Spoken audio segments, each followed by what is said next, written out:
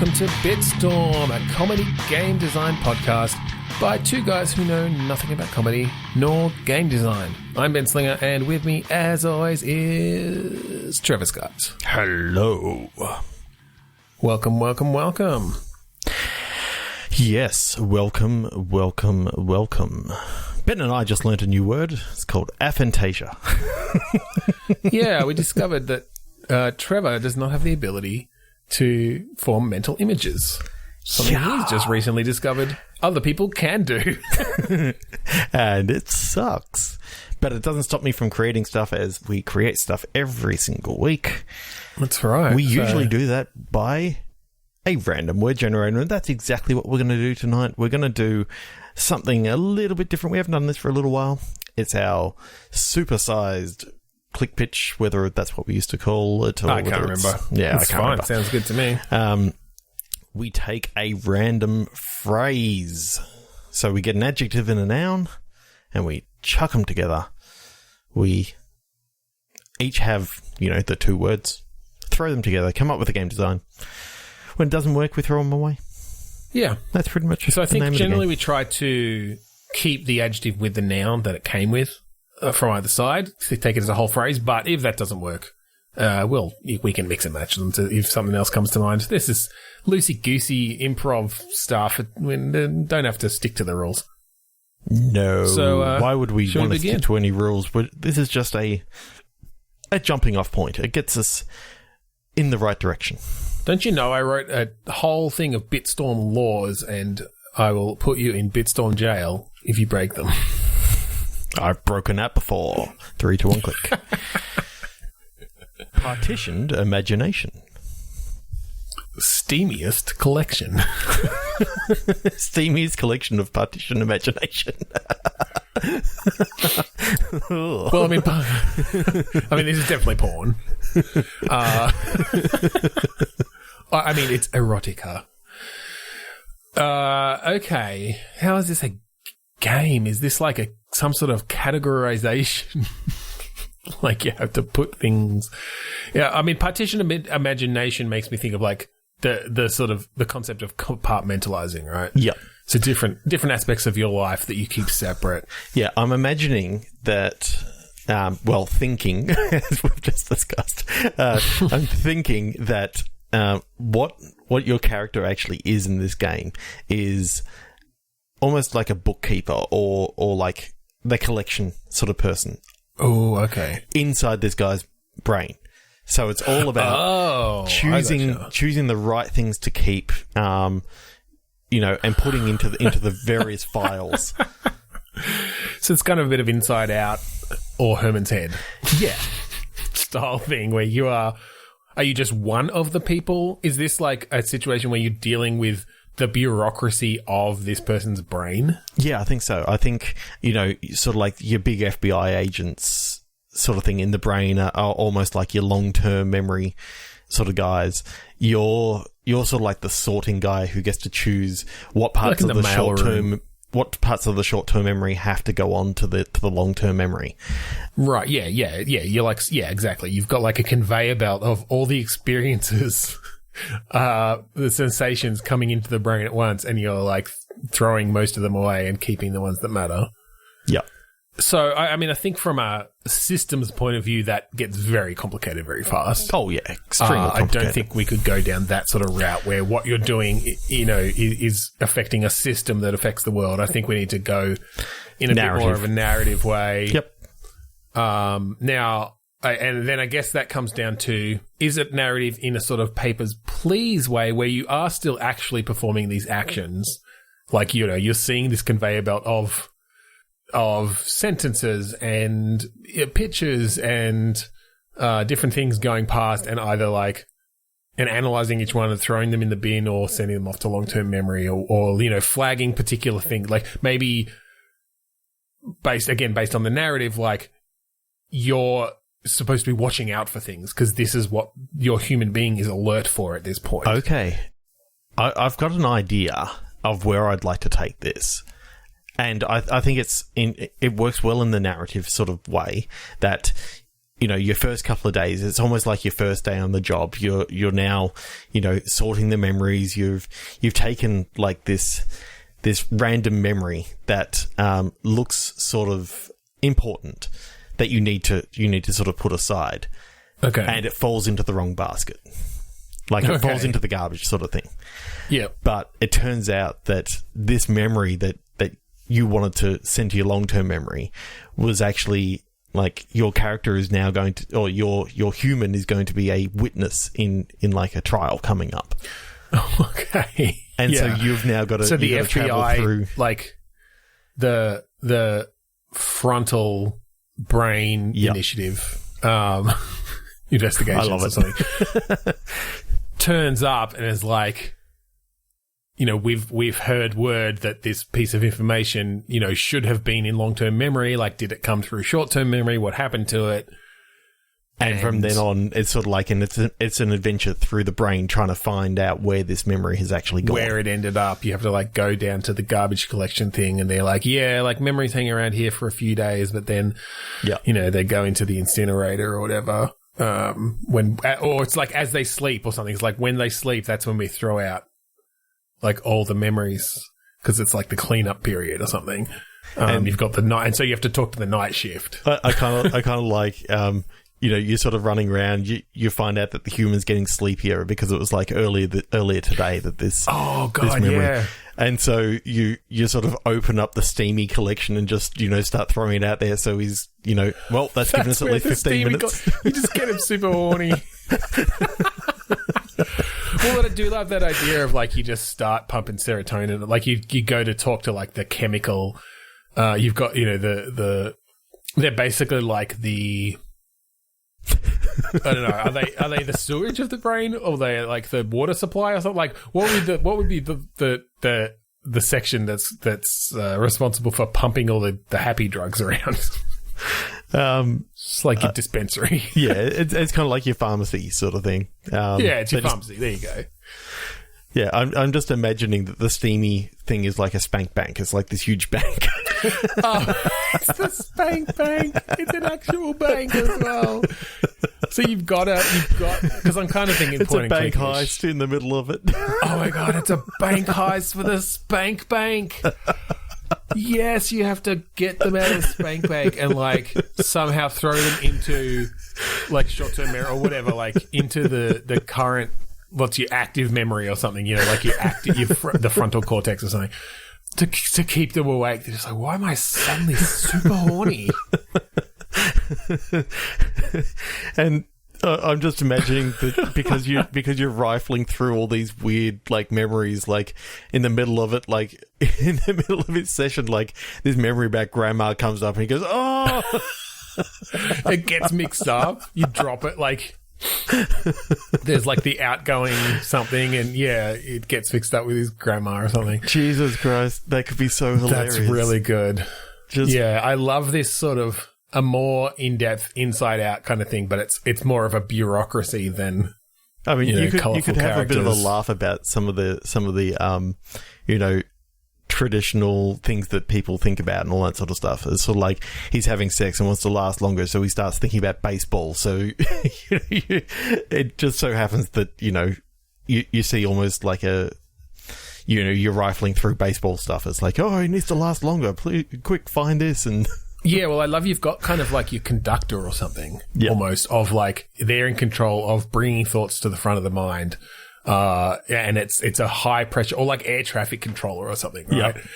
And they're having to say like, okay, do we have the baseball? Baseball prepared at in 3, 2, 1. Okay, bring it forward. All right, his pleasure meter is stable, sitting at 97%. All right. It's rising again. Quickly. Grandma's socks. Bring out the big guns. But yeah, I'm thinking. Don't think of big guns. I'm thinking early on, like the first couple of days or whatever in this is almost like the first act, just going through. Okay, now we're going through dream time, and you're seeing the Department of Dreams. You have the status quo, right? Like the beginning is just here's the world, here's sort of how it works. Again, do you think you have like maybe it's a mini game sort of thing where it is you actually doing your job and kind of sorting these memories in some way and having to look out for certain things. Yeah, I'm just wondering whether we sort of do our usual thing of, sorting in VR is pretty awesome. Being able to sort of, pull the image closer to yourself and actually sort of able to see inside the crystal ball sort of thing, and then putting it in. Oh, you're thinking of them very inside out kind of globes. Yeah, I was almost thinking of it as like a like a picture is just like it's been printed out almost, or it's almost like a Harry Potter-esque photograph in that people are moving inside the flat piece of paper. Yeah. Okay, I like that in VR, and adventure games in VR can be interesting. I think I feel like you'd want it fairly stylized. Yeah, I'm not sure exactly how, but yeah. Anyway, stylized, even maybe like even 2D-ish characters in that they're kind of flat planes that turn to face you and animate a bit. Like, I don't know, almost a semi-cartoonish thing, but in the 3D VR world. I don't know, I feel like that could be kind of cool. I'm starting to think that your character that you're playing is actually... You have sort of slots on your body in which you can... you're actually almost like the projector of the memories. So that as you pick up a memory and you insert it into a slot, the person actually remembers it.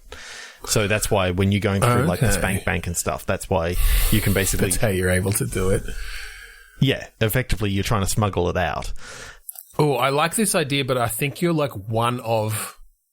Because what's the whole thing? You can remember like 7 things at once or something before you start losing. I feel like there's just... You've got like kind of your squad. Like you're like one of the 7 memory projectors or whatever, and you take orders from the conductor to put things to the front of mind. And I'm sort of picturing a slot like in your belly. Mm-hmm. So maybe it is sort of the similar like globes, and you kind of insert it in there, and that's your human actively thinking about that thing. Oh, I'm just imagining like. Because then that could be cool in VR as well. Yeah, one of the parts that you have to sort of go through in your journey is actually like the mind's eye. So that's where all the weird, crazy sort of shit goes down. Like, as he's just like he's the visualizing random something fleeting for the day. thoughts, huh? Just those random fleeting thoughts. Like as you go across a bridge, is this like the picture of it, like imagining jumping off, like what would that feel like? Yep. And it's just like, no, don't let pushing him think about someone that too off. you know that thought that goes through someone's head. It's like, what would happen if I pushed that guy into traffic? I think that's just you, Trevor. I think you might be a psychopath. Damn it. You're finding out a lot about yourself this week. No, I actually really love this. That idea of inserting these things into your belly and having some sense that, okay, like that's having an effect because now this human is thinking about that. And that you kind of go rogue to track down this mistake that you made. And I don't know if it's I wonder if we even bother with, or maybe you don't find out to the end what this piece of information was. Yep. Like, that it's important because of all the shit that's going around inside it. But, like, until you get to, like, you find it out by going through the different places of the brain. Because, like, literally the only perspective you have on things are what they are thinking about at this second. And you kind of can't conceive of the long-term aspects or how they all connect together. So it's not until you go and visit long-term memory or, like, the emotional center or something, you start finding out how this person is actually feeling and what they're thinking and what their situation is. So I'm just wondering how, like, long-term memory and all this sort of stuff will actually be sort of like visualized. Whether it will actually be almost. I'm thinking whether the character is almost in like a normal sort of office sort of space and is just dealing with bits of mail going through. Okay, so maybe it's not the the globes, because that is a bit too inside out. Maybe they're it's all paper, and you've got basically like one of those light projectors that you have in like classrooms built into your stomach. I kind of like the idea of it. It just looks like a normal office sort of thing. And the more that you actually look into it, yes, the FBI comes in and they're looking for this one bit of paper and all this sort of stuff. And you got to try and, get away from them and find this bit of paper that has gone missing. And it's sort of like it's a mid-act reveal that you're actually within some guy's head when you come across the spank bank or something like that. So you're saying you don't even let him know out the front? Yeah, it's not something that is known from the get-go. And that's when... Sure. I think you start giving clues pretty quickly based on the types of things that are coming across your desk or on your screen or whatever. I do like the idea that long-term memory is like halfway through digitizing things. So there's just all these like massive... It's just this warehouse full of boxes of paper and stuff. Oh, I'm picturing the warehouse from, like, Indiana Jones. Yeah, totally. Like, that sort of size, just these huge things, and there's just, like, this one person there, like, scanning them into a computer. It's like, yeah, we're trying to modernize. It's just, like, an old guy on a typewriter. Sort of, like, on a keyboard. Just typing it in. Single fingers. Yeah. Typing it in. Well, because then one of the puzzles could be, like, maybe things that have been digitized, like only things that have been digitized can be remembered or something properly. Like it's this whole backlog from previous in their life. And so you have to get something to the front of the queue, or like you have to get something entered in to make sure they remember it or something like that. Yeah.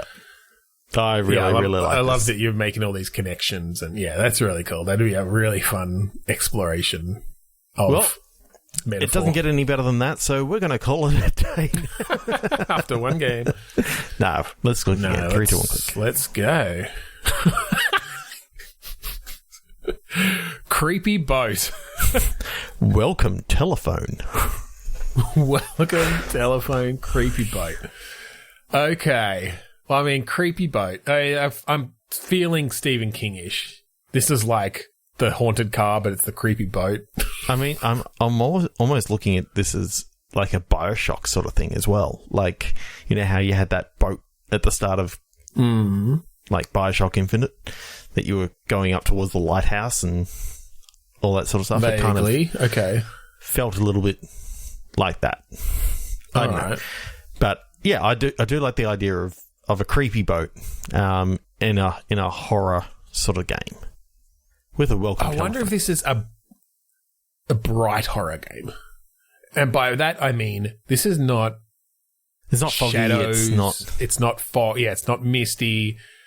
This is a game where everything is like vibrant, but so is blood. It's sort of finding the cracks. So is blood.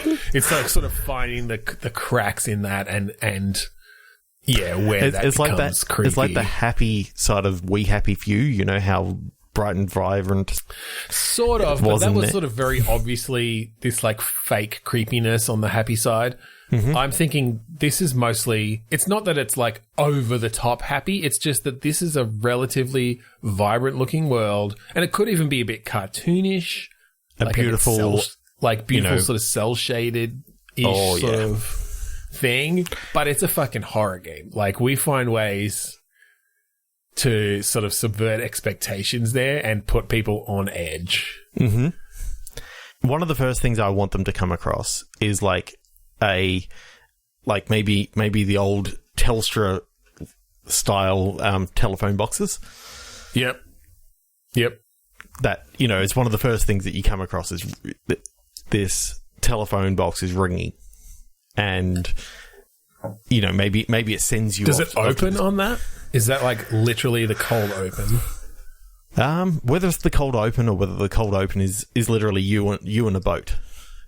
You're woken up and you're just you're cruising down a river. Mm-hmm. And as you get to the edge, like into this beautiful, lush, like forest, right in the middle of this clearing is like this old telephone booth with a ringing phone. Okay. I mean, that's already kind of creepy. I was kind of hoping we could keep it. Like, keep the happy going until we really... But, yeah, I don't know. There are a few ways we could go. Because I'm trying to think, like, I want the player to obviously they're going to be maybe expecting something just from a meta point of view because they know they bought this as a horror game. But I want them to be confused at the beginning. Well, did they buy this as a horror game? Well, I don't know. Some didn't, but some would. Like, once word gets around, it's hard to keep that thing secret. But I don't know. People are pretty good at keeping secrets. I want them guessing at. Well, even if they're not expecting it, but I don't want them expecting it, and I want, if they are expecting it, I want them guessing at where the turn's going to come, and I want them to be wrong. So I'm wondering if I'm kind of picturing a very Nintendo-esque, bright, cartoony world on a relatively large sailboat with a cast of, 3 or 4 interesting characters. Yep. And yeah, you start on this boat and you're on a journey and it feels very wholesome and fun. Okay. Yep. But at some point shit starts turning. Okay. So are you on a cruise? Sort of like a P&O sort of cruise? Yeah, I was kind of thinking that. I think we want to limit the number of other people on the cruise. Yeah, I kind of want to see this as like this is you want a competition to go on this cruise, and literally there's a skeleton crew, yourself, and like 2 other prize winners or something like that. Yeah, and you're being brought onto this cruise that is sort of traveling.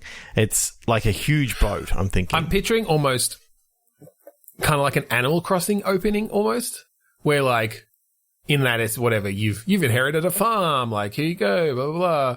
It's like that sort of thing. It's like you've won this cruise you're going on a cruise. It's a grand thing. It's going to be this amazing adventure. And then you're just on the boat and you're exploring and it feels amazing. And you can, go and talk to people and different things happen. But then, we obviously start turning it. The first island that you get to, because I'm thinking like a lot of these cruises overnight, we'll pull in at a port and then you get off. And it's sort of like for a sure. And I think sort of you'd thing. Want to do that you to mix it up. Yeah. Sort of talk to a couple of the locals and they're all happy-go-lucky. It's the second or third island that you get to that like shit goes down. And the telephone's there. I do like that idea of you reach a clearing and there's just a telephone and it starts ringing. Yeah. And up to this point, it's kind of been this just fun game and you're like managing your money and like buying souvenirs that you can put in your cabin and getting to know the other people. Very Animal Crossing. Yeah.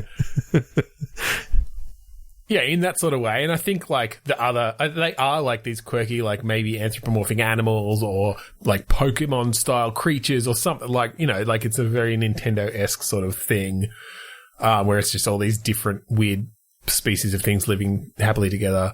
And then you get to this island. Does everyone get off the island?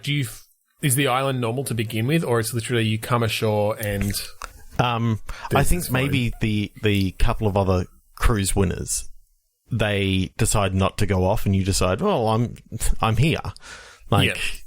Let's go exploring. Yeah. And so you're all alone, you get there to the island.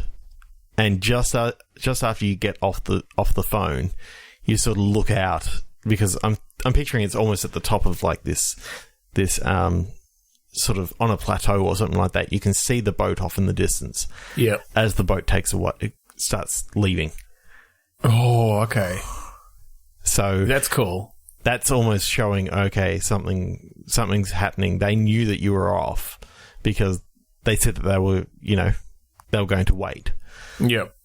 And now you're on this island all alone.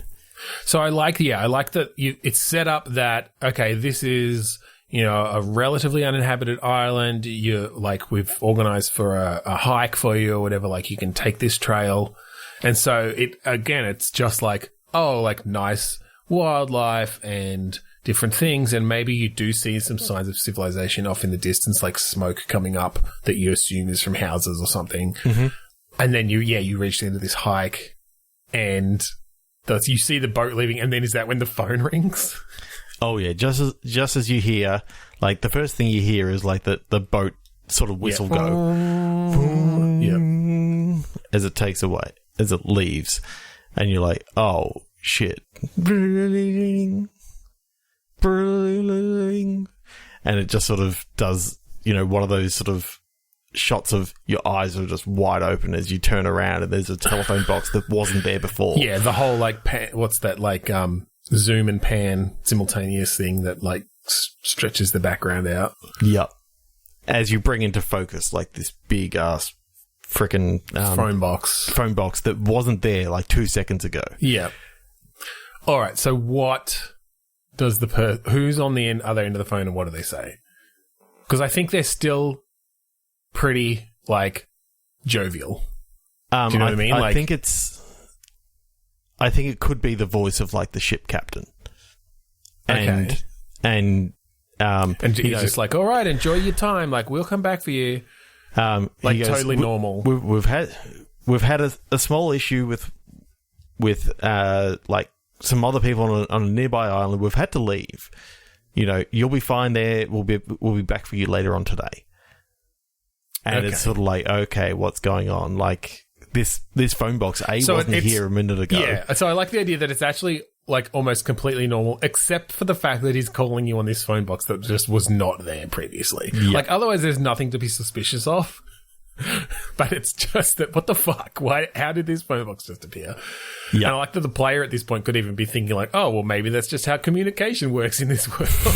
Exactly. But it's still putting them a bit on edge. So the rest of the game sort of plays out on this island. On the island.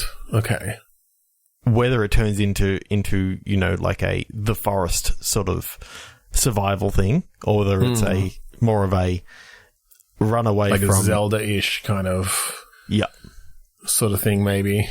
Yeah, or a Tomb Raider-esque. I could see it being a Zelda, or a exploration, some sort of platforming-ish, light combat. We said horror before, so how is it? Supernatural terrors? Is it? Yeah, I guess we should figure out what actually is going on. I mean, is it alien crisis? Or actually, is that's one of the worst things about horror movies and media in general is it can be really easy, and you can really effectively build up tension like that of the unknown. Yep. It's when you have to pay that off and reveal what it actually is. It's often almost always a huge letdown. Yep. I feel like whenever it's just some random monster order, it's oh, okay, whatever.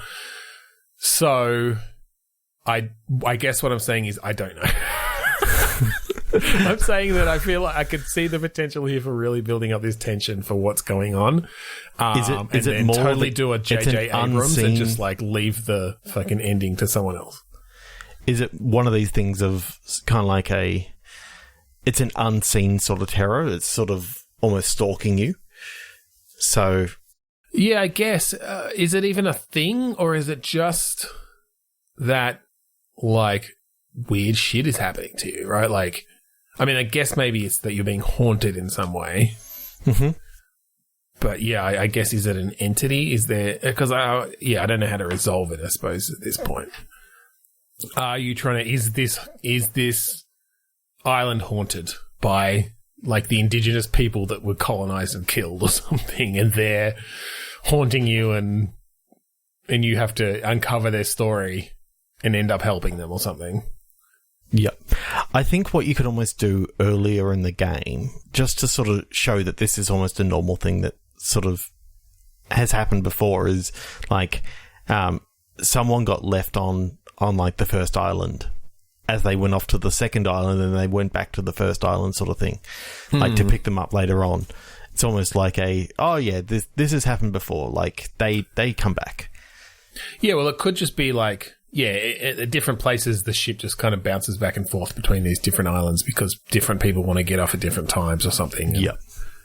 What I kind of like almost is that the person that came back from the first island is not quite the same.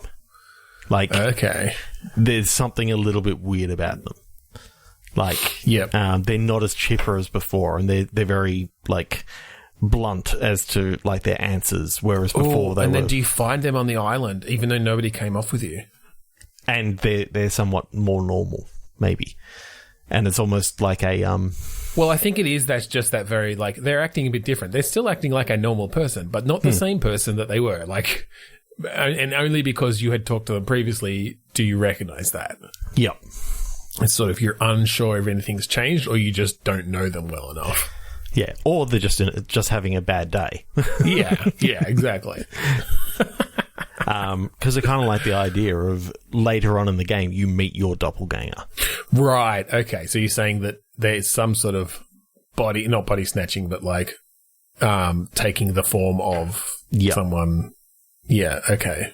And I think the horror also comes from like just the creepiness, like the thought that you're getting stalked by something. Well, and I think it's just the unsettled feeling of things not being quite right. And things particularly appearing when they shouldn't be appearing and then disappearing when you turn around again, and like you hear a noise behind you and there's nothing. I like playing with that in the sense that you're in this world full of cutesy anthropomorphic animals and like brightly coloured cell shading. Like you're never quite sure if something is supposed to be like that or not, but then that just adds to it, you know? I'm imagining walking down a path, you hear something from behind you, you turn around, nothing's there, you turn back around and there's the phone booth again. Like, right, yeah. And it's just that sort of, this is kind of unsettling. Anytime I turn around, there could be something there. Then later on in the game, you do just like reveal that actually in this world, like people just summon phone booths to communicate with each other. It's just like making a phone call. You think like I need that's to talk to my actually wife. not the creepy bit, yeah. And the phone booth just appears. The phone booth appears behind her, yeah. Yeah, that's cool. The main takeaway from that is I love the idea of an unsettling horror game set in a brightly coloured Animal Crossing-esque world. Jump on it, Nintendo. Don't be cowards. Put lots of blood on it as well. Lots of blood. That's what the game's called. Just because that won't tip people off. 3, 2, 1, click. All right. 3, 2, 1, click. Extinguished champagne. Giving red. Giving red. Okay. I mean, red kind of made me, like, just in the context of champagne, made me think of red wine. So, like, just alcoholic. I mean, drinks, like a dinner party or something. What would actually happen if someone made champagne from red grapes instead of champagne grapes? Well, actually, champagne is I don't know. I guess you could grow red grapes in the Champagne region of France. Like, I know champagne is really, only from this one location in France, and everything else is just sparkling wine. And sparkling red is a thing, but I kind of like the idea of, in this world, like, this is the first ever sparkling red from the area known as Champagne. Okay. I do kind of like the idea of a dinner party, though. Mm-hmm. So maybe it's like someone has brought this like red champagne because they know the person is really into wine and champagne and grape-based drinks. But it's just kind of the kick-off point for like and some sort of narrative something. Yep. Well, you said extinguished. Yeah. Is the reason there's no red champagne because it's flammable? Well, I mean, it's, I guess, alcohol in general. I mean, you couldn't light champagne on fire, but yeah, does it really up the flammability of it? Okay, yeah. So I'm really imagining that this is sort of like one of our rare combat games in that you have to turn all these champagne bottles into like Molotov cocktails. Okay, so you come to a dinner party and then like you're attacked by home invaders. And one of the tools you have is this uber flammable red champagne that was like $500 a bottle. Yeah, I'm liking this quite a lot. Like, I'm just imagining, these home invaders.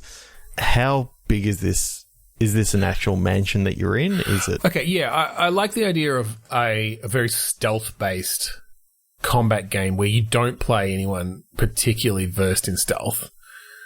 You're these like upper class families or like couples, and these people in masks have like broken into the house. Okay, so do you get a choice of what sort of character you want to play, like from the family? I think maybe you choose from the couples. Like, I think 2 couples, right? Like, it's just 2 couples in like France. They've gone away together, so like an Airbnb. They're like in a a villa or something. But yeah, you've turned up at this place and it's this huge mansion. And then I'm thinking it's almost a Home Alone-esque sort of right, thing. you're setting up traps and stuff. Oh, sort of setting up traps, but it's also a Home Alone-esque story in the fact that there's something in the house that the invaders want, and they don't want any people stopping them, so they're sort of escalating to violence and murder. Yeah, that's cool. And so, you end up kind of, you choose your character. Do we change anything up other than just, this is the character you chose? And like keep the story basically the same? Or I think your choice depends on, will change, how good your stealth or throwing stats or... Okay, so they do have stats. It's not just a cosmetic choose who you want to play. Yeah, but it's minor changes. Yeah, is what I'm thinking. Maybe it's more story. If you're wearing a dress, then it's going to be harder to crouch down and exactly. Yeah, okay. But if you're wearing a stunning pantsuit, then you're good. Okay, and then I'm thinking very much you're kind of making your way through this house. Are you separated at the beginning, maybe, and you're trying to meet up with the other couple or something? Like maybe you just have one of the other people with you, and so there's a bit of companion sort of stealth happening. I kind of like the idea that depending on the character that you choose, like in the story, this one particular character always gets up and goes to the door. Right. So okay. if you decide to play Carlos, then you are the one that is going to go to the door. But if you decided to play Fred, then Fred, you're at the dinner table. Or you're at the dinner table when shit goes down. Yeah, when you hear stuff going down and like you don't hear anything from Carlos.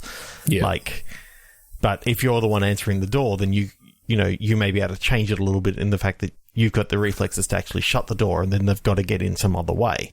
Right, okay. So did you just get some slightly branching stuff? Yeah, slightly branching depending on which character you chose, but in the end, like it's all going to amalgamate in like a finale. Yeah, I think it converges pretty quickly. Yeah.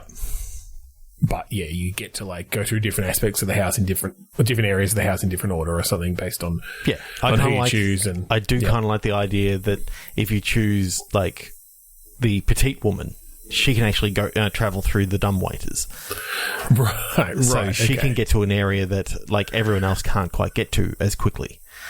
Right. Would you do later on in the game for the sort of like a Gears of War, I think, esque thing where if you choose the person who ends up paired up with the petite woman, Christine, that you end up sending her through the dumbwaiter, but then she like opens doors for you and stuff, right? Like, it's sort of you're playing the alternate parts of that particular pathway. Yeah, right, well, that's cool. And so, obviously, fairly stealth based. Are you like knocking these people out? I mean, we talked about. Obviously, creating Molotov cocktails. I feel like that's maybe later game, though. You're probably not setting the whole mansion on fire as you go. No, it sets fire very quickly, but goes out just as quickly. Okay. Like it's sort of like it's a bigger flash and then sort of dissipates rather quickly. Yeah. Maybe we set that up before the people come up. Like it's sort of a feature of the thing that you can like light it and it just. I'm imagining like a flashbang. that like kind of like a flaming moe where they sort of light it on fire and they blow it out. They light it on fire. It just sort of burns for like 2-3 seconds and then goes out and they drink it. It's sort of like it's the way that you drink this red champagne. Sure. Sure, the connoisseurs out there are fucking They're going, yelling what at the us, fuck? But then again, right, if they're that's listening cool. to us, awesome. Welcome. I like that, and then you obviously they find out what they're looking for and defeat them all, and there's the big boss guy or something, and you set them on fire and then go back to your dinner party. And then you find out, like, if you go down into the basement, like, because I'm picturing this as on the edge of a cliff. You go down into the basement, and there's, like, a secret door that leads down into, like, these secret old vampire crypts. Setting up the sequel. Setting up the sequel. Bringing red is a very different... It's a very, very different meaning. Yes. Love it. Yeah, I'm kind of thinking that maybe... these guys who have actually come through are actually vampire hunters. And that's what they're actually going for. But you don't realise until the very end. You don't find that out until the end. Yeah. Yeah. And it's kind of like a spoiler for anyone who hasn't seen it, but Cabin in the Woods in the fact that, they're trying to save, humanity.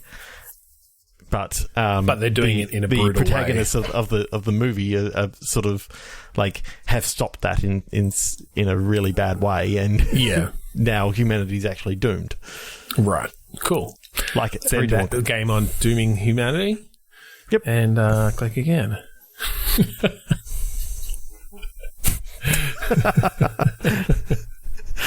Okay. Unspeakable ham. Royal liver. All right, so it's some sort of butchery game. It's like Butchermancy. I think we did a game about butchery, though, where you had to make the cuts. It was at PAX a couple of years ago. But I do kind of like this idea of like meat-based like spell making or something. Like it's like one leg of unspeakable ham, 2 royal livers. Oh, and when we say royal livers, we're talking like cannibalistic. Like you got to this is like kill a the king. livers of the royal family.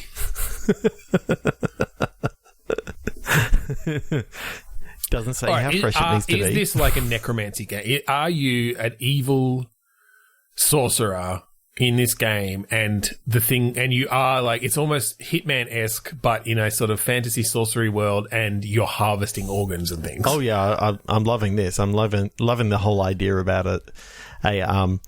A fantasy Hitman game. Like, why isn't that a thing? Yeah. So like you're going through the goal of this one is like, all right, I need a royal liver, so I'm going to infiltrate the fucking palace and like kill the prince. Yep. But you've got like, moves where you can turn yourself into smoke and go through a vent and these sorts of things. I mean, I guess Dishonored has some aspects of a kind of fantasy Hitman, but no, I think this is much more. You can disguise yourself. You can, but you disguise yourself with a like fucking brutal spell that just like transforms your face into them and leaves them for dead. It literally steals their face. Yeah, they're just a blank face, like in this super creepy, disformed blank face. Oh god! And you got to put them down like a well or something, so that they still have to dispose of them. But you maybe have, if you find the right ingredients, because actually I like that idea of, just like in Hitman, you're kind of using stuff that's around in the environment. You can create potions and stuff. You've got your spell book or you've got your potion book. What I kind of like in this is, like, yes, you're looking for royal liver, but while you're harvesting organs from there, you can also sort of like take the prince's spleen and heart and like. I think you take the whole, some other thing as well, the whole shebang for later on. But then you've got to like preserve the spell ingredients that you need. Oh, okay. So you have to have found some formaldehyde. Yeah, but of course, if you don't have enough salt or formaldehyde or whatever, then it actually impacts how good a quality it is, how depending on potent how the long spell it is. Yeah. Okay. All right, so just because I kind of like the idea of later spells that you don't have to go off and find another prince to kill. You can actually Yeah, I like that. That you basically you catch it initially as you get more points for the more things you harvest, and so it's like you can just take the liver, but if there are guards around, like you're not going to get time to take more stuff. You might have to run. Mm-hmm. But if you manage to kill them in a private place where you're going to have a bit of time, you can get more stuff from them. Yep. Let's think. What is the arc of the main character? Like, what are they trying to do overall in this game? Are they trying to bring like a loved one back from the dead? Are they, trying to take over the I kind of like kingdom, almost having it like in the last game. I've already forgotten the last game where it turns out that these bad guys that you thought were bad guys all along, they're actually doing something for the greater good. Okay. So he's trying to do something to avert like the apocalypse or something like that. Climate change. Yeah. Allegory for climate change. Definitely. But basically, you're taking any means possible for the greater good. Like, as far as you're concerned, if a few people have to die so the rest can live, that's effectively the philosophy that this character has taken. Okay, and so is the goal, like, is it that there's sort of a grand spell that they're trying to pull off, and basically all these missions are them getting the ingredients and the things they need for it? Yeah, I'm thinking that what this is, the spell that they're going for, the eventual spell anyway, is a warding spell. And early on in the game, you see like a bright star in the sky. Okay. And as the days and weeks go on, like the star is getting bigger and bigger and bigger as it's, a full-on, meteorite coming to, or asteroid or whatever, coming to destroy the world. Yeah. Okay. But you don't necessarily communicate this to the player right away. No, it's kind of like, if you look at any of those Fortnite events that they've had, right. Something just happens. Like, they don't explain it, but people sort of make lore around it. Maybe you can actually have some people talking about it within the world. Think that's it. I think you start giving exposition and, you get a glimpse at your character's spell book, but it doesn't make clear. Like, you see that it is some sort of powerful spell, but you don't know you don't know until later that it's like a warding spell. Maybe someone's even coaching you to find this stuff. Like, maybe you're not the person who's trying to do this spell. Maybe you're working for the person trying to do this spell. Mm-hmm. You're their apprentice or something. The sorcerer's apprentice, yeah. Yeah. The necromancer's apprentice. So you are just being told that you need to get these ingredients, go out and use the skills I've taught you to gather them for me. But then as the game goes along, you start to realize and get some insight into, like, maybe you even find their spell book or something and you can flip through it and you find, a spell that has, 3 of the ingredients you've found so far. And so you get a sense that maybe that's what the spell is. Yeah, I like that. I like that a lot. I like, actually, as well, that being a necromancer, some of the things you can do when you're going around the palace or whatever is just like bring a rat back from the dead to distract someone. I kind of like the idea that you kill and take out the liver of the prince, but then you cast a very basic necromancy sort of spell on the prince to make him look as though he's still alive. Well, and but again, it only works for like an hour. Yeah, but it helps you escape. Like, Hitman is all about that sort of thing of like finding the right combination of things where you can get in and out without being suspected. So yeah, I think if you've found the right ingredients in this level, then one of the things you can do is reanimate the prince after you've taken his liver, and the guards won't be called. You can get out scot-free. Yeah. But it's still an option. They won't be on alert till after you go. Yeah, it's an option to not do that. You can still certainly make your way out, and you might kill a few people in the meantime. But, like, yeah, I like that a lot, that you can, in that very Hitman way, have different ways through each level. But I kind of also like the spell books aren't as, you know, it says that it needs royal liver, but it doesn't mean that you can't have, like, the prince's dinner that night was going to be liver. And it was, you know, being served to the prince, and once it gets served to the prince, it becomes royal liver. Like, right. Like, I kind of like the idea about... Yeah, and so that could be another way through the... Yeah, for a pacifist through the game run. is like, you make sure it gets served to him, but then you, like, create a distraction so he doesn't actually eat it, and then you can just take that without killing him. Yeah, totally. Yeah, there's so got to be a pacifist run. Yeah, yeah. Because I like the idea, kind of like in the Dishonored, which you were talking about before, that, you know, you can either go through killing no one or killing everyone, and it's sort of like you got two different endings. Yeah, very different ways to play, for sure. Yeah. Yeah, that's awesome. Yeah, I like that. I like that a lot. Okay, let's do one more. Oh my god, we're at the end already. All right, 3, 2, 1, click. It's been really fucking quick tonight. Yeah, it's a good one. Crustier depression. Spring guard. Spring guard. Crustier depression. Okay. Crustier depression made me think of two things. One was bread. Maybe you're a baker. Mm-hmm. 2 was your eyes get really crusty when you sleep, and depression makes you sleep, can make you sleep a lot. So there's something around that you've just come out of a big depressive period, and I don't know. And then spring guard. So all right. I'm almost thinking that it's spring as in the season. All right. I'm kind of thinking of this as like a twisted version of Sleeping Beauty. Okay. Yeah. In the fact that it was actually like a depressive state that this, right. Yeah, that's fine. Yeah, I think with these ones we do need to like shift the meaning of the words a little bit. Yeah. Yeah. So someone has just come out of 100-year sleep? Yeah.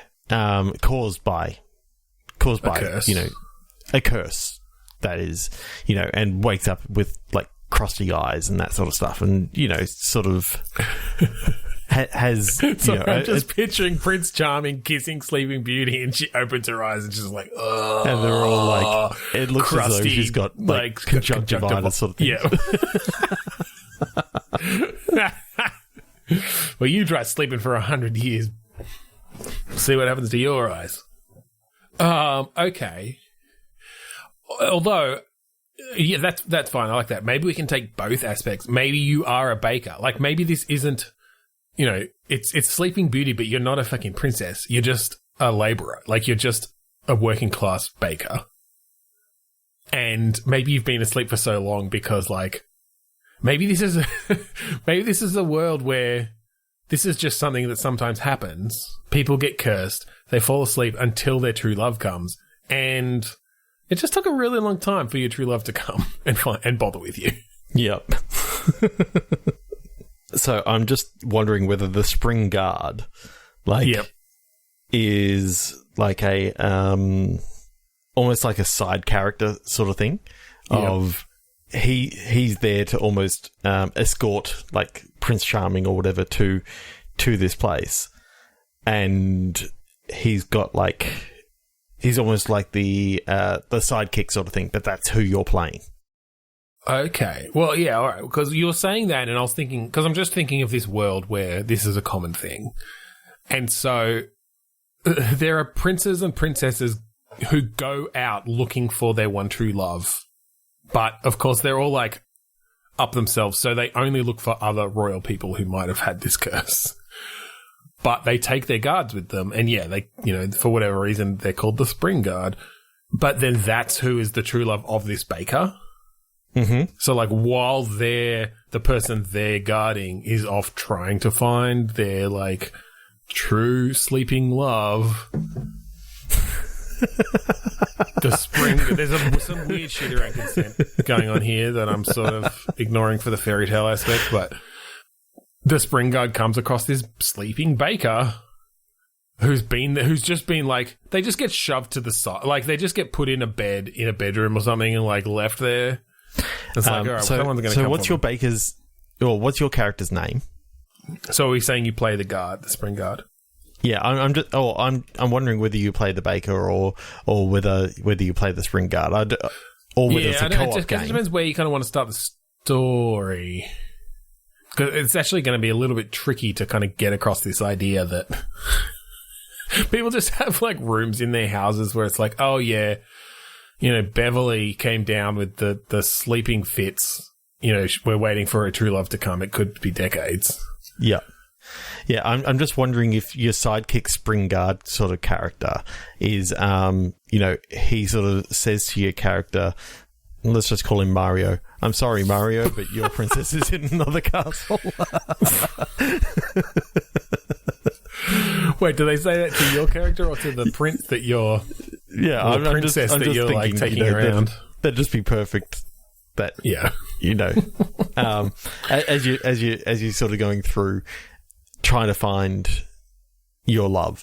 Now, I think your guard sort of character or whatever character, you know, sort of masked and all this sort of stuff. I do like the idea of maybe a gender reversal of the love that you're actually looking for is actually, you know, you're actually female looking out there for your another love. Woman. Yeah. Another woman or man or whatever. Right.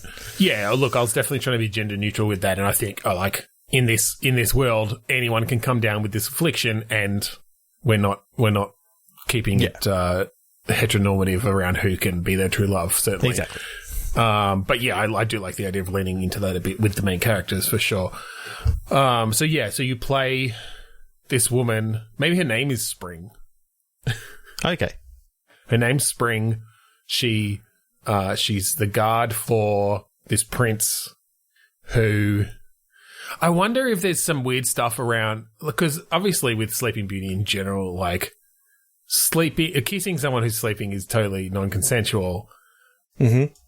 And so maybe you can play with that a bit. Maybe these royals like are just total. They don't give a shit that these people aren't being consented. They're just trying to find their true love, and so they go around kissing anyone who's of a high enough class and has had this fucking come down with this curse. But like the lower class people, it just makes them really super fucking uncomfortable. And like maybe they have a whole different system around. You have to like leave a like you've almost got a will for if you get this to say that yes, people may come and kiss you to try to wake you up if there's like a valid enough, you know, if enough evidence that they might be your one true love. They have to like deal with your family and stuff. It's like meet your parents. Meet the parents before they kiss you. I'm just wondering, you know, whether there's some like brigands and that sort of stuff along the way that, you know, you've got to sort of avoid because, you know, they're sort of looking out for noblemen. Well, and I think there are definitely bandits and brigands who like kidnap these sleeping people and hold them for ransom and stuff, right? Or like try to sell this, you know, they'll like take a peasant who's come down with the, what did I call it? The sleeping fits. I feel like that's a better name for it. And like dress them up. The Crusties. Come down with the Crusties. And they dress them up and try to sell them off as a princess or something, right? To the royals, because they're always looking for the, you know, there's some sense of higher status or something if you've like found your crusty true love. Oh boy, there's definitely some problematic aspects there, but I think they could be handled well enough that it would make for a compelling story. Yeah. Yeah, that's kind of cool. Okay, so I think that'll do it for today. I think I think that will.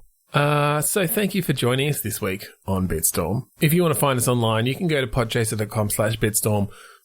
You can find the link there to all of our social networks where you can communicate with us. You can also just leave ratings or reviews right there on Podchaser. We would absolutely love to hear what you thought of this episode. Leave a review for this episode or the podcast as a whole, and tell us what you thought. we would also like you to check out 8-Bit. We're part of the 8-Bit Collective. This is a network of podcasts who, mostly about video games, but also a number of other pop culture kind of subjects. Go and check out some of them that I can't remember. We do that bit again too. Go and check them out at 8bit.net. There's a bunch of great podcasts there. So give them a look. And we'd like you to check out the Australasian Gaming Podcast Network. It's a awesome network of individuals across Australasia, which is Australia, New Zealand. They just get together and try to help each other out. It's just no one's getting paid out of this. No, it's a good time. No, it is. So check out the Australasian Gaming Podcast Network on Facebook and Twitter. Finally, we'd like to thank Kuridas for the song Mount Defiance off of the album Containment Failure. Yes, indeedy. So thank you again for joining us this week on Bitstorm. I'm Ben Slinger. I'm Trevor Scott. I'm going to heist the Spank Bank.